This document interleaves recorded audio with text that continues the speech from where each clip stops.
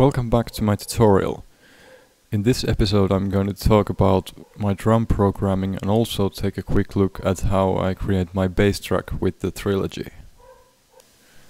You might recall that in the beginning I loaded up Superior Drummer with all stereo outputs. So the first thing to do is check the mixer and make sure the outputs are set to multi-channel. The reason I do this is because that way I get more flexibility when it comes to editing the individual drum instruments.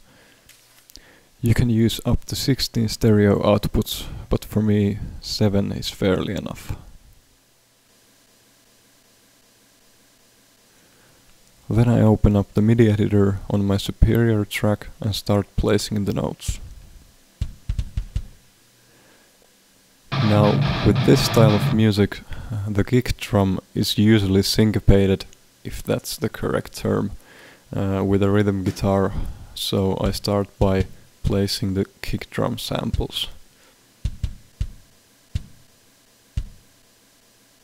And while placing the notes, I always listen back to make sure that they are on the spot.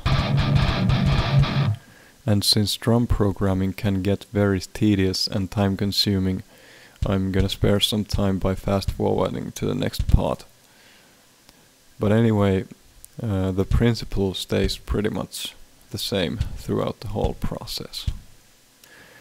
As a side note, I'd like to tell that I increased the master velocity value on my Superior MIDI track to about 30 to get more punch for the drum hits.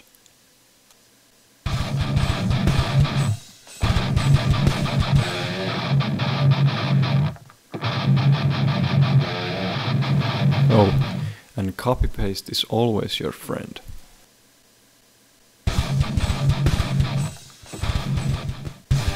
I would also like to say something about editing the velocity values of the notes. For example, in this part I'm doing these so-called ghost notes for the snare drum, and what I do is I simply place a snare note on the editor and then right-click to open up Properties, edit the velocity value and hit OK. Then I use the PRV draw tool to duplicate these notes, not the brush tool, the draw tool.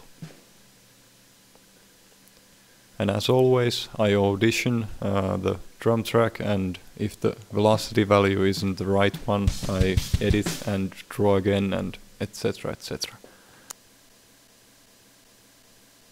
After laying down some drum patterns, it's time to do a bass track. And for this one I'm going to keep it really simple, that is, the bass guitar notes follow strictly the kick drum notes, which is not really that imaginative, but it'll do.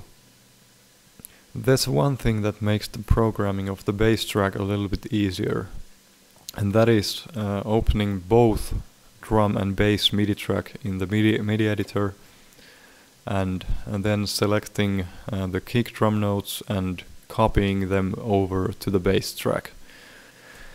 Then it's simply changing the pitch of the notes and stretching them if necessary.